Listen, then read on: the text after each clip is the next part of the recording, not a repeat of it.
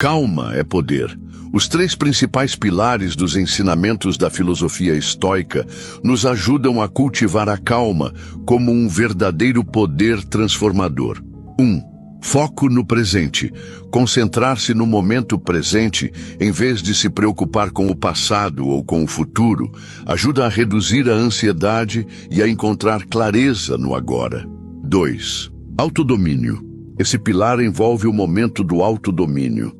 Aprender a controlar as próprias emoções e impulsos, cultivando a capacidade de agir com calma e razão, mesmo diante da dor, do caos ou da ansiedade.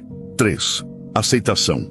A calma é também a sabedoria de aceitar aquilo que não se pode controlar.